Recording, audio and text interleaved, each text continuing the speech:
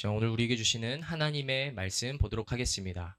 오늘 우리에게 주시는 하나님의 말씀은 창세기 1장 1절에서 4절까지의 말씀입니다. 창세기 1장 1절에서 4절 전반부까지의 말씀입니다. 자, 오늘 우리에게 주신 하나님의 말씀 우리 함께 믿음으로 합독하여 읽도록 하겠습니다. 시작! 태초에 하나님이 천지를 창조하시니라. 땅이 혼돈하고 공허하며 흑암이 깊음 위에 있고 하나님의 영은 수면 위에 운행하시니라. 하나님이 이르시되 빛이 있으라 하시니 빛이 있었고 이 빛이 하나님 보시기에 좋았더라. 아멘. 우리에게 주시는 하나님의 말씀입니다. 자, 오늘은 뉴셀라 성가대 찬양이 이제 따로 없기 때문에 바로 오늘 말씀 가운데 나가길 원합니다. 자, 할렐루야. 할렐루야. 오늘도 예배 가운데 나 우리 사랑하는 도남동교회 친구들 한 명 한 명을 주님으로 환영하고 축복합니다. 오늘도 예배를 통해서 하나님 알아가는 기쁨과 감사가 넘쳐나는 이 시간 될 수 있기를 간절히 소망합니다. 이제 앞뒤 양옆에 있는 분들과 함께 인사해 볼까요? 한 주간 잘 지내셨습니까? 네. 자, 축복합니다. 한번 서로 인사해 볼까요? 저 뒤에, 네. 여자친구들 저 뒤에. 자, 우리 잘생긴 우리, 네. 인사해 주시고, 네. 환영합니다. 네. 여러분, 오늘 말씀 제목과 주제는 어떻게 살 것인가, 어떻게 살 것인가 라는 제목과 주제로 하나님 말씀 증거하도록 하겠습니다.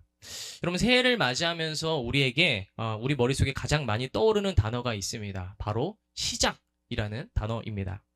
한 해를 시작하면서 나는 어떻게 삶을 시작할 것인지, 또 뭐부터 시작해야 잘 살았다고 소문이 날 것인지, 우리는 그것들을 좀 종종 생각하곤 한다는 것이죠. 그래서 꼭 그런 친구들이 있는 것 같아요. 꼭 여자친구들이 저에게 이런 얘기를 하는데, 전사님, 저 새해부터는 다이어트 시작할 거예요. 살 빼는 거 시작할 거예요. 근데 여러분, 대부분 99%의 친구들이 성공할까요? 실패할까요? 네, 실패합니다. 네, 실패하더라고요. 네, 무튼 우리는 이렇게 시작에 대한 것을 좀 많이 떠올린다는 겁니다. 그러면 오늘 좀 이런 시작의 주제를 가지고 오늘 말씀 함께 나눠보길 원합니다. 여러분, 사람에게는 누구에게나 시작점이라는 것이 있습니다. 각자가 다른 문화와 도시와 환경과 집안에서 다른 그 시작을 시작하죠. 그런데 여러분, 그러다 보니까 우리의 가운데 한 가지 좀 안 좋은 경향이 있을 때가 있어요. 뭐냐면 나의 시작점과 다른 사람의 시작점을 비교할 때가 있다라는 것이죠. 여러분, 비교하다 보면 우리에게 어떤 또 안 좋은 모습이 생기게 될까요? 마치 이런 거죠. 전도사님이 차은우를 보고 어떤 생각이 들게 될까? 그죠? 그 비교, 그 범접할 수 없는 비교 가운데 엄청난 열등감을 느끼게 될 거예요. 와, 어떻게 저렇게 잘생겼지? 어떻게 저렇게 다비드상처럼 생겼지? 근데 이제 거울을 보니까 웬 슈렉 한 명이 있는 것 같은 좀 그런 느낌을 좀 받을 때가 있는 것 같습니다. 아마 여러분들도 다 공감하실 거예요. 외모뿐만이 아니라 다양한 방면에서 우리는 타인과 나를 비교할 때가 많습니다. 그렇다면 우리에게 찾아오게 되는 문제는 뭘까요? 비교의식과 열등감이라는 문제가 우리에게 찾아옵니다. 아마 그런 삶들을 여러분이 지난 2025년까지의 삶을 아마 주로 그렇게 살아왔을 것인데, 자, 그렇다면 우리가 새로운 이제 2026년 새해를 맞이했습니다. 그렇다면 우리는 어떻게 삶을 시작하는 것이 과연 지혜로운 삶일까요? 어떻게 삶을 살아가는 것, 시작하는 것이 과연 하나님이 보시기에 기뻐하시는 삶일까요? 오늘 그런 우리에게 하나님께서 선언하십니다. 오늘 함께 읽었던 1절 말씀인데 1절 말씀 우리에게 이렇게 말합니다. 태초에 하나님이 천지를 창조하시니라. 다시 한번 우리의 입술로 고백해 볼까요? 태초에 하나님이 천지를 창조하시니라. 여러분이 만일 오늘 삶의 출발선상에 놓여 있다면 반드시 붙잡아야 할 말씀은 오늘 이 말씀인 줄로 믿습니다. 태초에 하나님이 천지를 창조하시니라. 여러분, 이 말씀은 어떤 뜻일까요? 어떤 뜻일까? 모든 인류와 모든 만물, 모든 피조물의 시작, 그 시작선은 하나님 안에서 동등한 시작선에서 시작되었다는 겁니다. 다시, 모든 인류와 모든 만물은 하나님 안에서 동등한 위치에서 출발선상에 놓여졌다는 겁니다. 거기에서 시작했다는 거예요. 그런데 이 말씀은 그와 동시에 우리에게 무엇을 또 선언하냐면 하나님으로부터 동등하게 시작한 우리의 인생은 하나님 안에서 동등하게 끝날 것이다. 어떤 우위나 어떤 비교의식이나 어떤 우열감을 가릴 것이 없어요. 세상에서는 먼저 출발하는 것을 보고 거기에서 등수를 매기거나 순위를 매길 때가 있죠. 그러나 하나님께는 순위라는 것이 없습니다. 모든 사람, 모든 피조물, 모든 만물은 하나님으로부터 동등하게 출발해서 하나님으로부터 동등하게 끝날 것이다. 결승선에 골이 날 것이다. 이게 오늘 창세기가 우리에게 주시는 말씀인 겁니다. 여러분, 그래서 오늘 이 말씀을 보면요, 우리에게 이 말씀을 믿으면 어떤 믿음의 시선이 생기냐면 바로 이런 것이죠. 지금 뭔가 삶을 살아가는데 나보다 앞서가 보이는 것 같은 그런 사람이 있을 때가 있어요. 뭔가 우리 마음 가운데 나는 지금 한 걸음 가는데 두 걸음, 세 걸음 간 사람을 보고 좀 초조한 마음이 들 때가 있죠. 근데 오늘 이 창세기의 이 선언을 우리가 믿는다면 우리에게 이런 믿음의 시선이 생기는 거죠. 저 사람은 하나님께서 그 사람이 주신 때와 시간과 능력 속에서 그 사람의 페이스가 뭔지 알아요? 우리가 마라톤을 할 때 각자마다의 페이스가 있어요. 속도가 있어요. 그 속도대로 그냥 잘 가고 있는 거예요. 그럼 여러분, 나는요? 내가 그 사람보다 못났기 때문에, 그 사람보다 뭐 능력이 부족하기 때문에 뒤에 있는 거예요? 아니에요. 나도 하나님께서 나에게 주신 페이스가 있다는 거예요. 하나님께서 나에게 주신 페이스, 그 능력, 그 속도가 있다는 거예요. 그대로 나도 잘 가고 있는 거예요. 그럼 여러분, 여기서 우리가 비교할 이유가 있어요, 없어요? 없는 거예요. 그냥 각자의 그 속도대로 잘 가고 있는 거예요. 그러다 보면은 하나님께 마침내 도달했을 때, 아까 말했죠. 하나님 나라에는 순위가 없어요. 등수가 없어요. 모두가 다 통과할 때까지 하나님은 기다리고 계셨다가 모두가 다 통과했을 때 잘했다, 착하고 충성된 종아, 박수 쳐주시며 수고했다고 하시는 게 하나님의 결승선이라는 겁니다. 우리가 이 믿음의 시선이 생긴다면 우리의 삶 가운데 어떤 시선의 변화가 생깁니까? 비교의식을 가질 필요가 있어요, 없어요? 없어요. 열등감에 사로잡힐 필요가 있어요, 없어요? 없어요. 타인과 나를 비교하는 그런 시선 자체가 사라진다라는 것입니다. 이것이 여러분, 삶의 분주함 속에서 세상을 살아가는 사람들과 그리스도인들이 삶을 살아가는 다른 방식인 것이에요. 근데 여러분, 만약에 우리가 이 말씀을 아멘으로 받아들이지 못하고 불신한다면 우리는 어떤 삶을 맞이하게 될까? 우리의 미래는 어떤 모습일까요? 장담컨대 우리는 아까 함께 읽었던 2절의 모습들을 피할 수 없을 겁니다. 아까 함께 읽었던 2절에서는 이렇게 말합니다.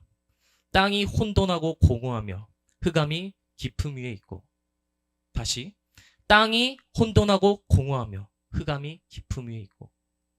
우리가 창세기 1장의 이 선언, 하나님께서 우리를 창조하셨습니다. 우리는 하나님으로부터 시작해서 하나님으로부터 끝날 인생입니다를 우리가 믿음으로 받아들이지 못한다면 우리는 수많은 비교의식과 열등감에 사로잡혀서 흑암과 공허와 이 어두운 인생을 벗어날 길이 없다는 것이죠. 여러분, 저번 시간에도 말했지만 우리는 인생을 살아가다 보면 깊은 어둠의 시간을 맞닥뜨리는 때가 반드시 옵니다. 나의 정체성, 내가 가야 할 길, 나는 어디로 가야 하는지, 나는 삶을 어떻게 살아가야 되는지에 대한 스스로 질문을 갖게 되고 그 질문 속에서 답을 찾아가는 과정 가운데 너무나도 어두운 것 같은 시간을 분명히 마주할 때가 있어요. 각자에게 그때가 반드시 찾아옵니다. 근데 여러분, 만약에 그때 우리가 말씀이 아니라, 진리의 말씀이 아니라 세상의 방법과 세상의 삶의 방식을 찾아서 거기에 답을 얻으려고 한다면 우리는 어떻게 될까요? 답을 찾을 수 있을까요, 없을까요? 없을 것입니다. 이 인생의 수수께끼를 풀 방법이 없다는 거예요. 그래서 아까 우리가 창조에 대해서 얘기를 했으니까 그러면 창조와 반해서 세상이 말하는 두 가지의 원리를 한번 말하도록 하겠습니다. 여러분, 세상을 작동시키는 방식, 세상이 말하는 그 작동 방식은 크게 두 가지가 있습니다. 바로 뭘까요? 빅뱅과 진화론입니다. 창조론에 반해서 우리가 쉽게 생각할 수 있는 거는 빅뱅 이론과 진화론이죠. 다 아시죠? 네. 자, 그러면은 이 두 가지로 한번 얘기해 볼까요? 자, 여러분이 이제 궁금증을 가졌어요. 삶을 사는데 뭔가 수수께끼고 메비우스의 띠처럼 풀리지가 않아서 물음표를 들고 이제 빅뱅 이론에게 갔어요. 빅뱅 이론자요, 저에게 답을 좀 줄 수 있겠습니까? 근데 빅뱅 이론이라는 게 무엇입니까, 애초에? 무엇을 말하냐면, 자, 빅뱅은 어느 날 이제 우주에서 큰 대폭발이 팡 일어났는데 거기서부터 한 조그만한 점에서 뻥 하고 우주가 탄생했대요. 근데 거기서 이제 말하는 주제는 뭐냐면 우연성이에요. 이 폭발의 기원이 우연성이라는 거예요. 그러니까 빅뱅에서 주로 말하는 건 우연성이야. 그러면 우리에게 답을 줄 수 있는 거는 이런 식으로 말하는 거지. 그럼 제가 이렇게 어려운데 어떻게 해야 될까요?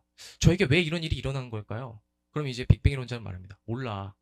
그냥 그렇게 된 거겠지. 우연히 발생한 거지 뭐. 거기에 대해서 내가 어떻게 답을 알겠어. 인생이란 게 원래 그런 거야. 빅뱅 이론자는 말하는 거예요. 그냥 그런 거야. 그냥 그런 거야. 나도 몰라. 우연이야. 그럼 여러분, 우리가 빅뱅 이론자들이 가서 답을 얻을 수 있는 거는 물음표를 찾아서 갔는데 물음표 한 100개 받고 오는 거예요.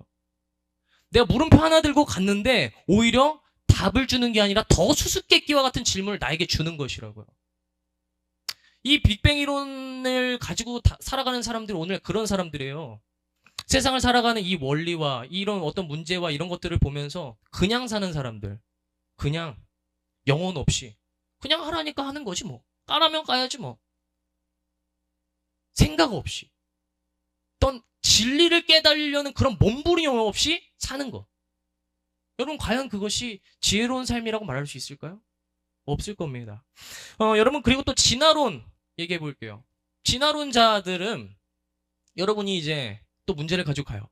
진화론 여러분 제가 이제 좀 이렇게 어려워요. 제가 좀 삶을 살다 보니까 좀 각박해요. 어떻게 해야 될까요? 진화론 이렇게 말하는 거죠. 그러게 네가 왜 나약하게 태어났어? 꼬우면 강해지든가. 원래 모든 종은 이 약육강식에서 살아남기 위해서 다 강해지는 거야. 그래서 진화를 거듭한 거야. 네가 약한 거는 네가 지금 나약해서 그래. 꼬우면 네가 강해져. 마동석처럼 힘을 키우든가. 네가 나약한 거야. 이런 식으로 쌉티처럼 말하는 게 진화론이에요. 그럼 여러분 이건 거의 상담이 아니라 거의 소시오패스 같은 답이라고 할 수 있겠죠. 더 아픈 상처에 소금을 뿌리는 답을 주는 게 바로 이 진화론의 대답인 겁니다. 그럼 이 진화론대로 살아가는 삶은 그런 거죠. 아 어려워 나 힘들어. 그러면 이제 꼭 T인 사람들이 그거 네가 정신머리 나약해서 그래. 네가 그거 공부 안 해서 그래. 그거 네가 나약해서 그래. 네가 열심히 연습 안 해서 그래. 이런 식으로 말하는 게 진화론자의 그런 어떤 관점에서 생각하는 사람들의 상식인 거죠. 그럼 여러분에게 오늘 질문 하나 하겠습니다. 오늘 여러분은 인생을 살아가면서 무엇을 따르고 무엇을 바라보시겠습니까?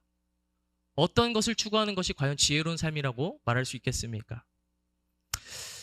모든 시작과 기원의 종결이 이미 하나님 안에서 이루어졌고 그 하나님께서 우리의 삶을 인도하실 것이라는 이 선한 창조의 하나님의 진리의 말씀을 받아들이시겠습니까? 아니면 모든 게 우연이라 어쩔 수 없어. 그거 네가 나약해서 그래. 라는 세상의 작동 방식을 따라 치열하게 사는 삶을 여러분 선택할 것입니까? 정답은 자명합니다. 그래서 우리에게 이 기독교는 복음이고 유일한 구원인 것입니다. 우리는 우리의 인생의 혼돈과 공허와 흑암을 스스로 풀 방법이 없습니다. 그리고 그것을 세상에게 들고 나아가봤자 풀어줄 그 역할을 세상은 감당할 수 없습니다. 그런데 오로지 그 모든 기원과 인생의 그 종착지를 설명해주고 명확하게 답을 주는 말씀이 있으니 그것이 바로 곧 성경이요 오늘 우리가 만나는 복음이라는 사실입니다. 이것을 믿음으로 받아들이시면서 그러므로 하나님께 우리의 삶을 맡겨드리며 나아가길 고백하는 저와 여러분이 되시기를 주님의 이름으로 축복합니다. 그러므로 오늘 우리가 말씀을 통해서 정말로 붙잡고 기억해야 될 것은 오늘 우리가 함께 읽었던 창세기 3절과 4절의 말씀입니다. 제가 읽어드리도록 할게요. 하나님이 이르시되 빛이 있으라 하시니 빛이 있었고 그 빛이 하나님 보시기에 좋았더라. 여러분 여기서 말하는 빛은 무엇일까요? 우리가 너무 이렇게 어두운데 불 좀 켜 할 때 턴 라이트 되는 그 빛이 아니에요. 여기서 말하는 빛은 히브리어로 오르라고 하는데요. 여러분 따라해 봅시다. 오르. 롤의 그 오르는 아니고요. 오르입니다. 오르. 여러분 이 오르는 무엇을 뜻하냐면 따라해 볼까요? 근원. 하나님께서 창조하신 이 빛은 모든 창조 생명의 근원, 시간 질서의 근원, 모든 만물의 근원을 이야기할 때 말하는 그 빛을 의미하는 겁니다. 이 빛이 생겨난 후에 성경은 말합니다. 그 빛으로부터 모든 낮과 밤이 생겨났고 자연계가 생겨났고 생물계가 생겨났고 우리 사람이 창조되었습니다. 모든 피조물과 만물이 하나님께서 세상을 움직이시는 이 작동 방식에 따라서 발생되었고 그 삶을 따라서 살아가게 되었다고 오늘 창세기는 우리에게 선언하고 있다는 것입니다. 그리고 그 삶을 보시고 그 빛을 보시고 하나님이 4절에 말씀하세요. 그 빛을 보시니 참 좋았더라. 참 좋았더라. 여기서 말하는 참 좋았더라라는 말은요, 온전하다라는 뜻을 가지고 있어요. 여러분, 혼돈의 반대말이 온전인 것이에요. 혼돈이 뭐예요? 어지러워요. 예를 들어 선이 있는데, 이런 라인선이 있는데 지금 저렇게 꼬여 있죠. 여러분, 저게 혼돈이에요. 근데 일자로 쫙 펴지면 마음이 어때? 개비스콘 편안해지죠. 그게 온전함이에요. 하나님 말씀하시는 거예요. 우리가 이 빛 가운데 하나님의 작동 방식의 원리대로 살아갈 때, 말씀을 믿고 살아갈 때, 하나님을 의지하며 살아갈 때 비로소 혼돈으로 가득했던 우리의 삶이 어떻게 된다? 온전해진다. 오늘 그 말씀을 우리에게 주시고 계십니다. 말씀을 좀 정리하겠습니다. 찬양팀 잠깐 나와주세요. 반주해주세요. 우리 빌립보서 1장 3절 말씀 함께 읽겠습니다.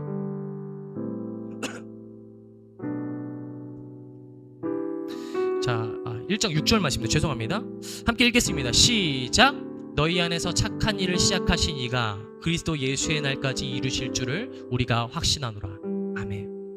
여러분, 이것이 무슨 말씀이냐면 너희 안에서 착한 일을 시작하신 이는 하나님을 뜻해요. 착한 일은 뭐냐면 하나님께서 우리를 선하게 창조하셨고 하나님께서 우리의 삶을 이끄시는 것을 말합니다. 그런데 그것을 시작하신 이가 그리스도 예수의 날까지, 우리의 삶을 시작하신 이가 우리의 삶이 종식되는 그날까지, 결승선에 골이 나는 그날까지 어떻게 하신다고요? 그 모든 것을 이루신다는 거예요. 이것을 위해서 전도사님 사실 오늘 종이 비행기를 준비하려는데 깜빡했네요. 자, 여러분, 우리는 때때로 신앙생활 하다 보면 이렇게 생각할 때가 있는 것 같아요. 자, 종이 비행기가 있어요. 자, 유진이에요 이게. 자, 유진아 날아가라. 어디 한번 내가 너를 위해 만든 저 결승선을 향해 네가 한번 노력해봐. 몸부림쳐봐. 그리고 막 뒤에서 그냥 지켜보신 하나님. 근데 여러분, 우리의 삶은 어때요? 일직선으로 날아갈 때가 많이 없어요. 가다가 톡 하고 넘어질 때가 있어요. 그럼 우리는 그런 마음이 드는 거예요. 하나님 창조하셨잖아요. 선하신 분이잖아요. 근데 왜 제가 힘든데 이렇게 방치해 두세요? 왜 저한테 관심이 없으세요? 사랑이 없으세요? 여러분, 오늘 말씀 우리에게 보여주는 거예요. 그렇지 않아. 하나님은 우리라는 비행기를 휙 날리시고 뒤에서 지켜보시는 분이 아니라 우리라는 비행기를 잡고 함께 운행하시는 분이라는 거예요. 모든 세상이 혼돈과 공허와 질서가 없는 가운데 있을 때 하나님의 영은 수면 위에 운행하셨어요. 하나님의 영은 그 모든 흑암과 함께 하셨어요. 그리고 그 하나님은 지금도 우리와 함께 하신다고 말씀하시고, 예수님께서도 그래서 동일하게 마지막 제자들을 떠나실 때 이렇게 말씀하세요. 내가 세상 끝날까지 너희와 함께 있으리라. 아멘. 여러분, 이것이 하나님 말씀인 줄 믿습니다. 이것이 하나님께서 우리의 삶을 인도하시고 함께 하시는 방식인 줄 믿습니다. 마지막 이 얘기만 하나 더 하겠습니다. 사실 이 말씀을 전하면서 전사님 가운데 한 가지 조금 염려가 되는 게 있었어요. 뭐냐면 이 말씀은요, 진짜 하나님을 믿고 하나님을 만난 사람 완전 아멘이에요. 근데 사실 이 10대 청소년기에 하나님을 인격적으로 만난 친구들이 많이 없다는 걸 전사님이 알아요. 저도 그랬거든요. 그러니까 이 말씀이 머리로는 아는데 가슴으로는 동의가 안 되는 거예요. 머리로는 무슨 말인지 다 알고 교회에서 많이 들었는데 가슴으로 동의가 안 되는 거예요. 전사님 어제 설교를 준비하다가 이 자판을 내려놓고 하나님께 기도했어요. 하나님, 얘네들이 알아먹기는 할까요?